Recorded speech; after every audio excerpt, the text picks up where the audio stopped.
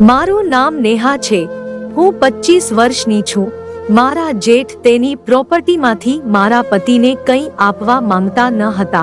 આનું કારણ એ જ હતું કે મારા પતિ મારા જેઠના સોતેલા ભાઈ હતા. મારા જેઠ એકલા જ 4 ફેક્ટરીના માલિક હતા, પણ તે બીમાર રહેતા હતા.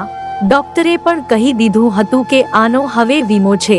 આ ભાઈ હવે ક્યારે યમલોકમાં ચાલ્યા જાય એ કાંઈ નક્કી નહીં. શું મિત્રો તમે આવા જ વિડીયો આગળ જોવા માંગો છો? તો વિડીયોને લાઈક અને ચેનલને સબસ્ક્રાઇબ કરવાનું ભૂલશો નહીં. તો મને થયું કે હું મારી બહેનના લગ્ન મારા જેઠ સાથે કરાવી દઉં, કારણ કે મારી બહેન મારા જેઠ સાથે લગ્ન કરશે તો તેની બધી પ્રોપર્ટી મારી બહેનના નામ ઉપર થઈ જશે. પછી આપણે બધા આરામથી જીવશું. તો મારી બહેને મારી વાત માની લીધી. પછી મારી બહેનના લગ્ન મારા જેઠ સાથે કરાવી દીધા. પણ મારા જેઠ તો મરવાના બદલે જવાન થતા હતા. 2 વર્ષ થવા આવ્યા હતા, પણ તેને મોત જ ન આવ્યો. મારી બહેન મને કહેવા લાગી કે તારો જેઠ હવે ક્યારે મારશે, તેને મારું જીવવાનું હરામ કરી નાખ્યું છે. એકવાર રાતે મારી બહેનની રૂમમાંથી ચીસોનો અવાજ આવી રહ્યો હતો, તો હું દોડીને મારા જેઠના રૂમમાં જોવા ગઈ તો મારી આંખો ફાટી ગઈ. મારા જેઠ મારી બહેન સાથે. હું એક ગરીબ પરિવારમાંથી આવું છું. મારે 3 બહેન હતી. અમે લોકો બહુ પ્રેમથી રહેતા હતા. જ્યારે હું કોલેજ કરતી હતી તો મારા માટે બહુ બધા માંગા આવતા હતા, પણ મેં કોઈને હા ના પાડી, કારણ કે મારે અમીર ઘરના છોકરા સાથે લગ્ન કરવા હતા. મારા સપના બહુ ઊંચા હતા. મારું એક સપનું હતું કે મારી જિંદગીમાં એક રાજકુમાર આવે અને મારી સાથે લગ્ન કરીને મને પ્રેમથી દુલ્હન બનાવીને લઈ જાય. મને હજી એ દિવસ યાદ છે કે જ્યારે કોલેજમાં મને એક છોકરી મળી હતી. તે બહુ અમીર ઘરની હતી, પણ તે સુંદર ન હતી. પણ તે મારી સુંદરતા જોઈને તેની મારી સાથે તેની દોસ્તી થઈ ગઈ હતી. પછી હું તેના ઘરે પણ આવતી જાતી હતી. પછી હું ત્યાં એક તેના પિતરાઈને મળી. તે ખૂબ જ અમીર માણસ હતો. જેવી તેને મને જોઈ તો તેની નજર મારી ઉપર અટકી ગઈ. પછી મારી બહેનપણીએ મારો પરિચય તેની સાથે કરાવ્યો. તેને કીધું કે આ નેહા મારી બહેનપણી છે, તે બહુ સારી છે. તો તે જતા જતા પણ મને જોતો જ હતો અને મને કહેતો ગયો કે તમને મળીને આનંદ થયો. અને તેનો રાતે મારામાં મેસેજ પણ આવી ગયો કે તે મને પસંદ કરે છે. તે મારી સુંદરતા ઉપર મરી ગયો હતો. મને તો હવે અમીર ઘરનો જ છોકરો જોતો હતો.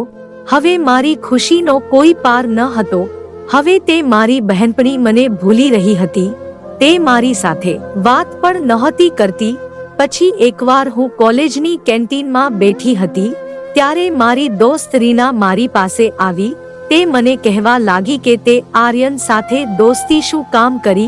મેં વિચાર્યું કે તેને તો મને એમ કીધું હતું કે આ આપણી દોસ્તીની કોઈને ખબર ન પાડવી જોઈએ, તો આ રીનાને કઈ રીતે ખબર પડી હશે. તો રીના મને કહેવા લાગી કે તું બહુ ચિંતા ના કર. જ્યારે આર્યનનો તારા પર મેસેજ આવ્યો હતો, ત્યારે તેણે મને કીધું હતું કે હું આને મારી જાળમાં ફસાવીને બતાવીશ. તો મેં કીધું કે નેહા એવી છોકરી નથી, પણ તે એની સાથે વાત કરીને મારું નાક કપાવ્યું. તેના મારી સાથે લગ્ન થવાના છે, પણ તેના આવા નાટક મને સારા નથી લાગતા. મને તો એમ હતું કે તું બધા જેવી છોકરી નહીં હો, પણ તું પણ બધા જેવી જ નીકળી. રીના આવું બોલીને જતી રહી અને હું હવે વિચારમાં પડી ગઈ હતી. પછી મેં આર્યન સાથે વાત કરીને તેને બધી હકીકત જણાવી અને તેને ન કહેવાનું કીધું. પછી મેં તેને બ્લોક કરી નાખ્યો. પછી ક્યારેય તેની સાથે વાત જ ન કરી. પછી હું ભણવામાં લાગી ગઈ અને સારા માર્ક સાથે પાસ થઈ ગઈ. પછી મેં ચાલુ કર્યું હતું. તો અમારી કોલેજમાં એક બહુ મોટું ફંક્શન હતું. ત્યાં બહુ અમીર લોકો મહેમાન તરીકે આવ્યા હતા. જેમાં એક માણસ હતો, તેનું નામ રાહુલ હતું, જે મારા પર ફિદા થઈ ગયો. તેને કોલેજના રેકોર્ડમાંથી મારો નંબર અને એડ્રેસ લઈને મને ફોન કર્યો. તેને મને કીધું કે તે મને બહુ પસંદ કરે છે. હવે આ બધું મારા માટે હવે સાવ નવું હતું. પણ મને હવે આ બધી વાતોથી ડર લાગી રહ્યો હતો, કારણ કે આર્યન વાળી વાત હજી હું ભૂલી શકતી ન હતી, એટલે મેં તેને કંઈ જવાબ ન આપ્યો. તે મને ફોન ઉપર ફોન કરતો રહ્યો, પણ જેવું સવાર થયું તો મારા ઘરે તે માંગુ લઈને આવ્યો. તેને અચાનક મારા ઘરે જોઈને હું ચોંકી ગઈ. મારા ઘરે પણ બધા વિચારમાં પડી ગયા કે એટલા અમીર માણસો અમારી દીકરીને લઈ જશે. તેને મારી સાથે લગ્ન કરવાનું પણ નક્કી કરી લીધું હતું. આ બધું આટલું જલ્દી થયું હતું કે મને કંઈ ખબર જ ના રહી. તે લોકો બહુ પૈસા વાળા હતા. તેના ઘરે ખાલી મારો પતિ અને એક મારા જેઠ, બસ આટલા જ રહેતા હતા. મારા જેઠાણીનું મૃત્યુ થઈ ગયું હતું.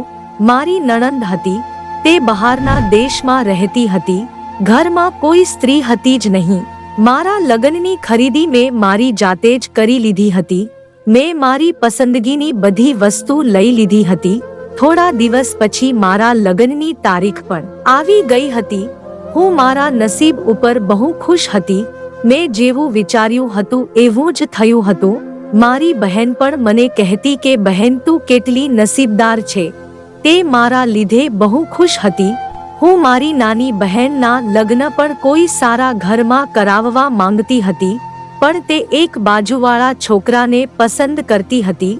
તો મેં તેને કીધું કે બહેન, આ તો નાની એવી નોકરી કરે છે, તું આની સાથે જિંદગી કઈ રીતે વિતાવીશ? હું તને સારા માટે કહું છું, તું આને છોડી દે. હું તારા માટે સારા ઘરનો છોકરો શોધીશ. છતાં ક્યારેક મારી બહેનની નજર મારા જેઠ સાથે મળી જતી હતી. મારા જેઠ હજી દેખાવમાં જવાન જ હતા. તે તેના શરીરને બહુ સાચવતા હતા. તે મારા પતિથી થોડાક વર્ષે જ મોટા હતા. હવે મારા લગ્નને 3 વર્ષ થઈ ગયા હતા. હવે હું એક બાળકની માં બનવાની હતી. હું અને મારા પતિ આ વાતથી બહુ ખુશ હતા. પછી મારા પતિએ મને જે કીધું તે સાંભળીને હું ચોંકી ગઈ. એને મને કીધું કે મારા જેઠને હૃદય હુમલાની બીમારી છે. તે બહુ દુખી હતા. તેને તેના ભાઈનું બહુ ટેન્શન આવતું હતું. મારા જેઠ મારી સાથે સારો વ્યવહાર રાખતા હતા, પણ આ સાંભળીને મને પણ તેની ચિંતા થવા લાગી હતી. મારા જેઠ ડોક્ટર પાસે ગયા તો ઘરે આવીને કહેતા કે હું વધુમાં વધુ 2 વર્ષ સુધી જીવી શકીશ. પણ એકવાર મારા જેઠે એક વકીલને ઘરે બોલાવ્યો. મને કીધું અને એવું લખાણ કરાવ્યું કે જો હું મરી જાઉં તો મારી 4 ફેક્ટરી કોઈ બીજાના નામ ઉપર કરી દેવાની, કારણ કે રાહુલ મારો સગો ભાઈ નથી. રાહુલના નામે ખાલી આ બંગલો જ રહેશે. મારા જેઠના આવા લખાણથી હું અને મારા પતિ બંને ચિંતામાં આવી ગયા હતા. પછી મારા મનમાં એક વિચાર આવ્યો કે હું મારી નાની બહેનના લગ્ન મારા જેઠ સાથે કરાવી દઉં તો તેની બધી પ્રોપર્ટી મારી બહેનના નામે થઈ જશે. પછી અમે બધા આરામથી જીવશું. પછી અમે મારા જેઠને માંડ આ લગ્ન માટે મનાવ્યા હતા, પણ મારી બહેન આ લગ્ન માટે રાજી ન હતી. મેં તેને બહુ મનાવી હતી, પણ એક દિવસ તે આ લગ્ન માટે માની ગઈ હતી. મેં મારા મા-બાપને પણ આ લગ્ન માટે મનાવી લીધા. મારા પતિ મારા જેઠના સગા ભાઈ ન હતા. પછી મારી બહેન મારા જેઠ સાથે લગ્ન કરીને આ ઘરે આવી ગઈ હતી. હવે દિવસો એમ જ વીતતા ગયા. 2 વર્ષને બદલે હવે 3 વર્ષ થવા આવ્યા હતા અને મારી બહેન ચિંતામાં આવી ગઈ હતી. મારા જેઠને કાંઈ ન થયું. તેની બીમારી ઓછી થવા લાગી હતી. મારી બહેન મને કહેવા લાગી કે તેનો મેડિકલ રિપોર્ટ જુઓ તો ખબર પડશે કે તેમાં શું શું લખ્યું છે. પણ તે રિપોર્ટ હું જોવા ગઈ તો મારા જેઠે તેના હાથમાંથી રિપોર્ટ લઈ લીધો અને કબાટમાં સંતાડી દીધો. મારા પતિ હવે બહુ ચિંતામાં રહેતા હતા અને એનાથી ગુસ્સો પણ થઈ જતો હતો. તે તેના ભાઈ સાથે પણ ઝઘડો કરતા રહેતા. પણ મને સમજાતું નહોતું કે તે બંને ભાઈને શું વાંધો છે. બાકી તે બંનેને તો સારું એવું બનતું હતું. તે બંને એકબીજાની વાતો પણ માનતા હતા અને મારા પતિને ઘણીવાર પૂછ્યું, પણ તેણે મને કાંઈ જવાબ ના આપ્યો. પછી તે કહેવા લાગ્યા કે તને ખબર છે મારા ભાઈને કઈ બીમારી છે? તે હજી આવું બોલી રહ્યા હતા ત્યાં કોઈએ દરવાજો ખખડાવ્યો. હું જોવા ગઈ તો મારી નાની બહેન સામે ઊભી હતી. તેની તબિયત બહુ ખરાબ હતી. તે મને કહેવા લાગી કે બહેન મને હોસ્પિટલ લઈ જા, મારી તબિયત બહુ ખરાબ છે. મને હવે ચિંતા થવા લાગી હતી. હું તેને ડોક્ટર પાસે લઈ ગઈ પણ ડોક્ટરે જે કીધું તે સાંભળીને મારા હોશ ઉડી ગયા. મારી બહેન તો માં બનવાની હતી. આ ખબર માટે બહુ ભયાનક હતા. પણ મારી બહેન બહુ ખુશ હતી. મેં આ વાત મારા પતિને કીધી તો તે હજી ગુસ્સામાં જ હતા. પછી મેં વધારે કાંઈ ન પૂછ્યું. પણ મારા જેઠના ચહેરા પર તો ચમક આવી ગઈ હતી.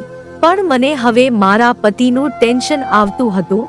તો તેની ઓફિસ પણ જતા રહ્યા હતા અને તેને ઘણા બધા ફોન કર્યા, પણ તેને મારો ફોન ના ઉપાડ્યો.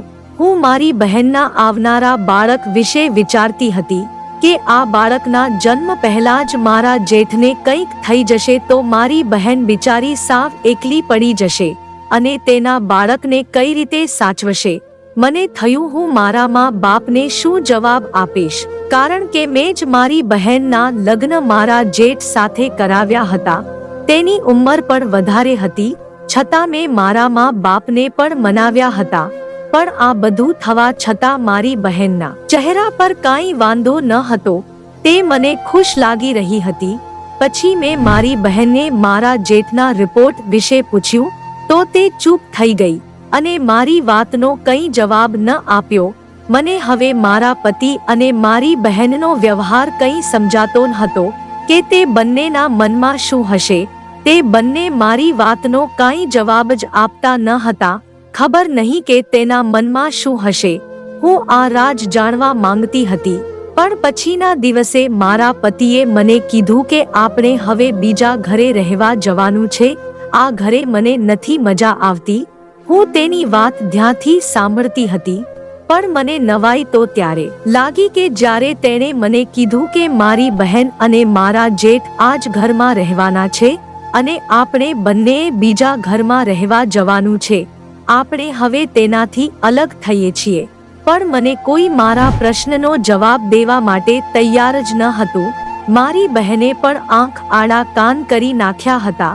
તે નવું ઘર થોડું નાનું હતું પણ સારું હતું. મને જેવું ગમે તેવું જ હતું. થોડા દિવસમાં અમે ત્યાં રહેવા પણ આવી ગયા હતા. ઘણો બધો સમય થઈ ગયો હતો, છતાં મારી બહેન અને મારા જેઠ અમારા ઘરે આવ્યા જ ન હતા. મેં મારા પતિને આ વિશે વાત કરી તો તે કહેવા લાગ્યા કે તું આના વિશે વાત જ ના કર. તો મેં તેને પૂછ્યું કે તમે તે દિવસે શું કહેતા હતા કે જ્યારે હું મારી બહેનને હોસ્પિટલ લઈને જતી હતી તો તેણે કીધું કે ચાલ આજે હું તને કહી જ દઉં, હું તારા જેઠનો સગો ભાઈ નથી. અને બીજી વાત એ છે કે મારી ભાભીનું મૃત્યુ આજથી 5 વર્ષ પહેલા થઈ ગયું હતું. મારો ભાઈ બીજા લગ્ન કરવા માંગતો હતો, પણ મને શરમ આવતી હતી કે ગામને શું જવાબ આપશું. પછી મેં તારી સાથે લગ્ન કર્યા. પછી મને ખબર પડી કે મારા ભાઈને હૃદય હુમલાની બીમારી છે. તે થોડાક દિવસનો જ મહેમાન હતો, એટલે મને તેની ચિંતા થતી હતી. મને જ્યારે ખબર પડી કે ભાઈ તેની મિલકત કોઈ ગરીબના નામ ઉપર કરવાના છે, આટલા માટે અમે તેના બીજા લગ્ન કરાવ્યા. પછી હું તેના ડોક્ટરને મળ્યો તો તેને કીધું કે તમારા ભાઈ બિલકુલ ઠીક છે, દવા આપવાથી તેને સારું થઈ જશે. પછી મેં મારા ભાઈને પૂછ્યું તો તેને મને જે કીધું તે સાંભળીને મારા હોશ ઉડી ગયા. તેને કીધું કે આ બધું સાવ ખોટું જ હતું. હું બીજા લગ્ન કરવા માંગતો હતો, આટલા માટે મેં આવું કર્યું. ત્યારે મને મારા ભાઈની હકીકત ખબર પડી. આટલા માટે હું તારાથી રિસાયેલો હતો અને આટલા માટે જ હું તેને મૂકીને આ નવા ઘરે રહેવા આવી ગયો. તો મેં મારા પતિને કીધું કે તમારે આવું નહોતું કરવું, તેને બીજા લગ્ન કરવા દેવા હતા. આ તેનો હક છે. મેં તેને કીધું કે તમે તમારા ભાઈ સાથે સમાધાન કરી નાખો. મારી બહેન હવે મારા જેઠ સાથે જ જીવન પસાર કરવા માંગતી હતી. પછીના દિવસે અમે તેને મળવા માટે ગયા હતા. તે લોકો અમને જોઈને ખૂબ ખુશ થઈ ગયા. મારી બહેનને બધી હકીકત ખબર હોવા છતાં તેને મારા જેઠને અપનાવી લીધો હતો. મિત્રો, આ વિડિયો વિશે તમારું શું કહેવું છે? કમેન્ટમાં જરૂરથી જણાવજો. અને જો વિડીયો ગમ્યો હોય તો વિડીયોને લાઈક અને ચેનલને સબસ્ક્રાઇબ કરવાનું ભૂલશો નહીં. ધન્યવાદ.